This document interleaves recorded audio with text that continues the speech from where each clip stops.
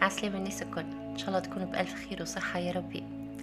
اليوم فيديو جديد، فكرة جديدة لتحضيرات رمضان ولتدابير رمضان. ربي يحيينا ويحييكم بالخير، وان شاء الله يا ربي يجيبونا على خير ونعمة يا ربي. اليوم باش نعمل زوز مملحات سهلين بساط ما فيهم حتى شيء، يحضروا هيك اللي يقولك في رمشة عين. عنا البريك في الفور، عملته هكا على شكل حلزوني كما نعرفوا العين تاكل قبل الفم. وباش نعمل ديكور نيني صغيرات، حصيلو زوز مملحات بنفس الحشوة. العجينة متاع الكورنو ياسر سهلة، شي ما فيها. امل بنا بين البريك والكورنو صدقوني روعة روعة روعة روعة روعة، وبنا وخفة وما نحكي لكمش. حصيلو تبعوا الفيديو وما تنساوش اللايك والتعليق السمحة متاعكم. وتوا يلا نبداو.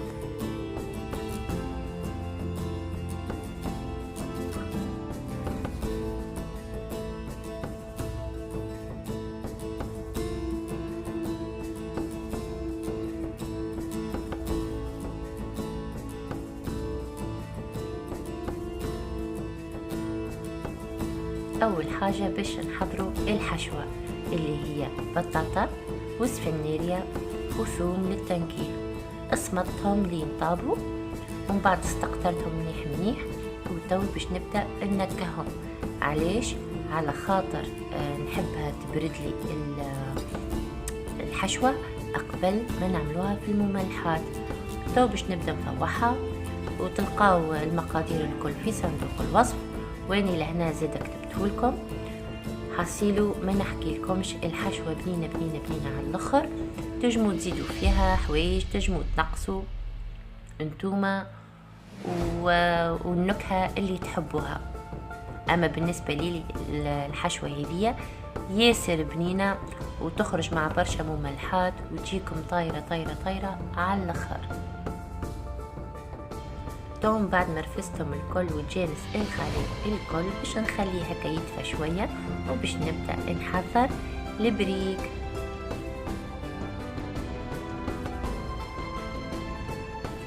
باهي بالنسبة البريك لهنا لازم يكون متاع نهارته. اذا باش يكون كما نقولوا خديته من امس وحطيته في الفريجيدير باش تخدم بيه، راهو باش يتكسر لك والكعبة باش تترشق كما ان صار لي، معناتها لازم يكون طازج. باهي باش ناخذوا البريك كعبتين ورقتين. لازم الحرشة الفاس الحرشة تكون من فوق. باش ندهنوها بشوية زيت باش نطريها شوية.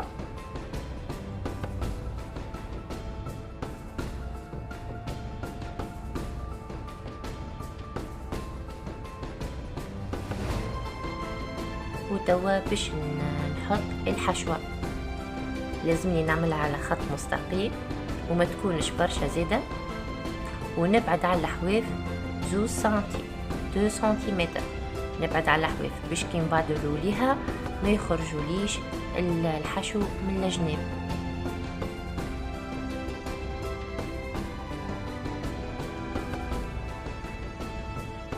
باهي تويكا باش نلفها لازمني وين نلف، لازمني نلف ونضغط، ما نخليش فما هواء ولا اسباس نتاع بريك فارغ.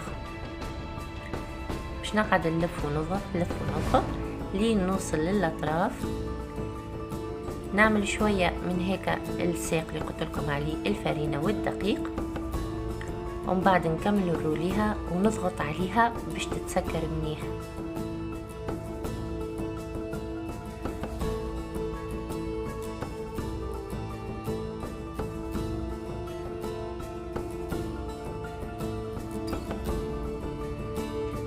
باش نشكلها على شكل حلزوني. نبدا نسيس عليها بالسياسه خاصه كيما الحاله متاعي انا البريك كيما نقولوا من امس واخذته، معناتها تحس بيه ماهوش طري اسبوان انه باش يعطيني الطوع في التشكيل.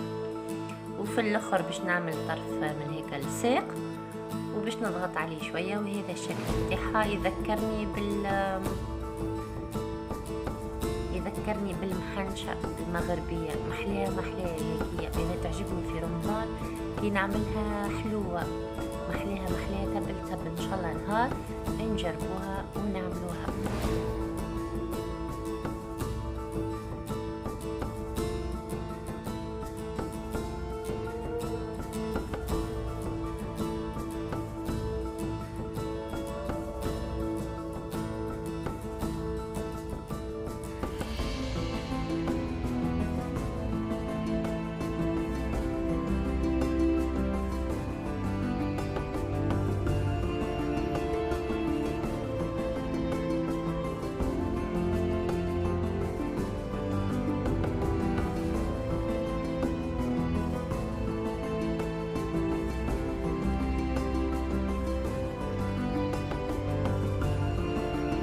تو وصلنا مرحلة اني نخليهم في الطبق. كيفاش؟ لازم التسكيرة تكون مضغوطة، لازمنا نقربوا الكعبات لبعضهم باش الحلة متاعهم الاخرانية تشد بعضها. تويكا باش ندهنهم بشوية عظم وفلفل اكحل، هكا التفاح تجمو تعملوا فلفل احمر، تجمو تعملوا لوز، كل حد كيفاش يحب يفوحها، وشوية حليب، وباش ندهنهم من فوق حاصيلو تجي فيهم القرميشة تبل تبل تبل. ندخلهم على فور سخون بالكدا ونهبط له الحرارة لل200 ونخليه من فوق اللوطة فرد وقت. تحب تخليه من اللوطة وبعد تخليه من فوق كيف. وهذا الشكل متاعهم النهائي. ستكوني روعة. راهم يتاكلوا سخان، اذا خليتهم هكا شوية راهو يولي يتلعوك، اما لازمهم يتاكلوا سخان باش تقعد فيهم هيك تقرميشة ويهبلوا.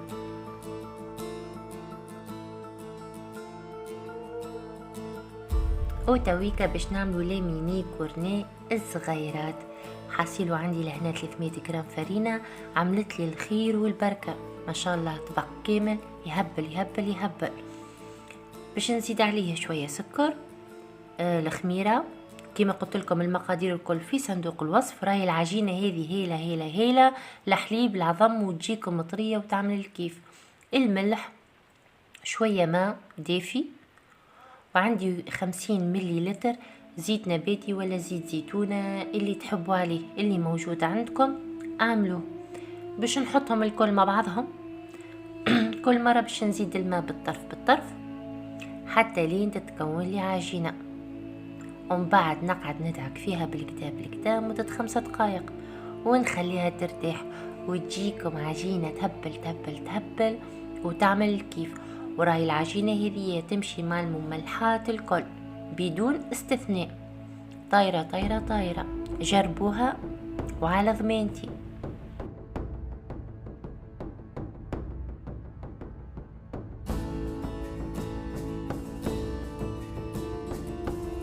وكما قلت لكم باش نبدا ندلك فيها عاد، وندلكها هكا بالباهي مدة 5 دقائق ولا حتى اقل باش هكا الجلوتين متاعها يتخدم هكايا، وبعديكا العجينة تولي سوبل وتعطينا الطوع في الحلة.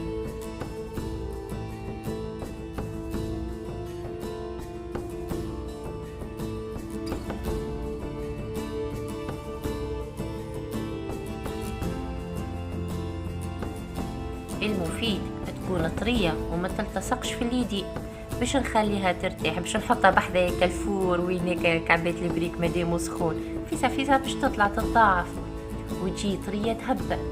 تو باش نرش شوية فرينة على الطاولة متاعك ولا على الرخامة والكل هكا شوية وبرا راهي ما تلصقش.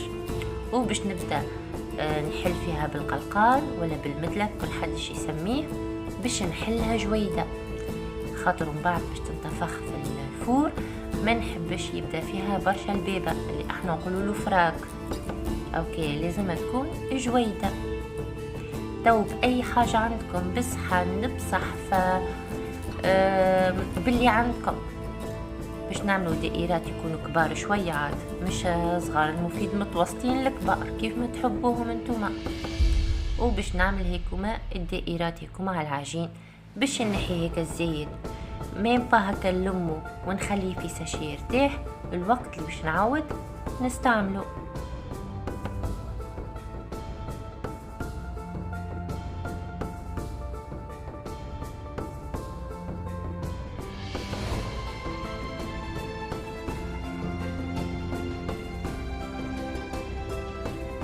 تو باش نجي لهيك الدائرات باش نقسمهم على زوز، وباش نجي في كل الشطر متاعو باش نحلو فتحات هكايا. الصورة واضحة، تعيط يا بابا يا باي، كل شيء واضح. تحبوا بين الفتحة والفتحة تعملوا فتحة معناتها أصغر من هكا كيف ما تحبوا، راو يجي فيها منظر يهبل يهبل يهبل.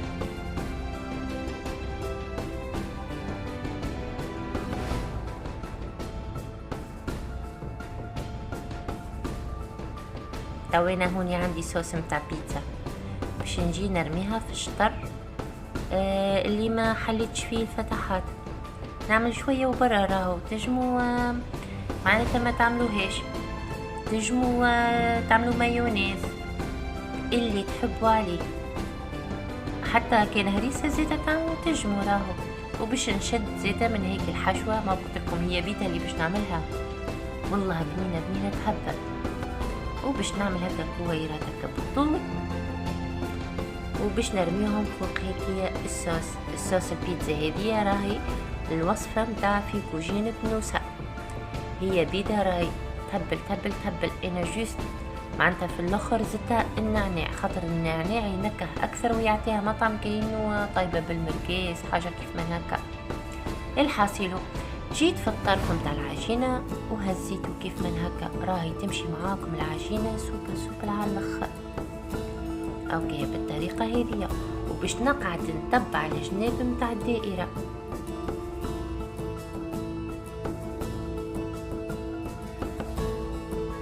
راهي سهلة، راهي ما غير ما تقولوا هذه كيفاش ودرا شنو، سهلة. واصلا حتى مش انتم ما غير ما تخموا تو يديكم تمشي واحدة واحدها. لهنا باش نحل هيك الفتحات هكا بصويبعي، نحلهم بالباهي وما يهمكمش في التسكيرة، راهي ما تتحلش. ومن بعد باش نخليو الكعبة على التسكيرة متاعها تو واحدة واحدة تتسكر، ومراهي ماهيش باش تتحل. هاو شكلها كيفاش يهبل يتقرمش. باش نكملوا البقية الكل كيف من هكا ونتحصلوا على طبيق يعمل الكيف.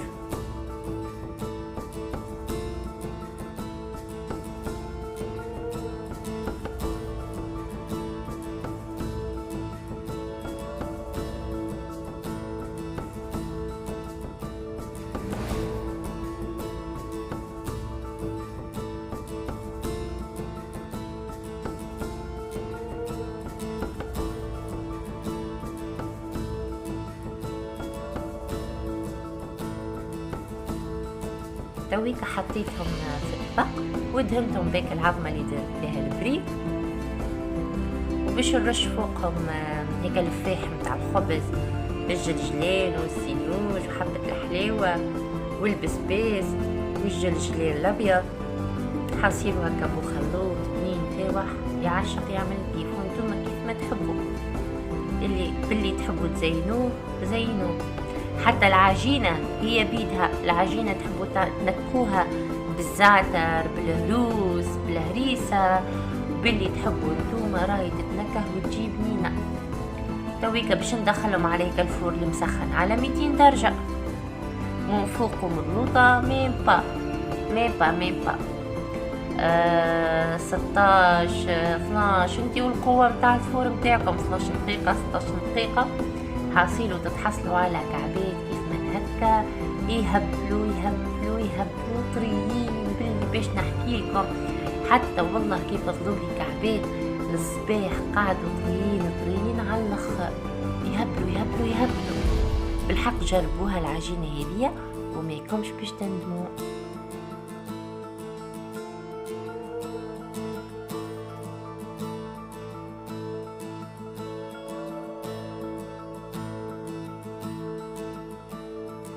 شنو احسن من هكا؟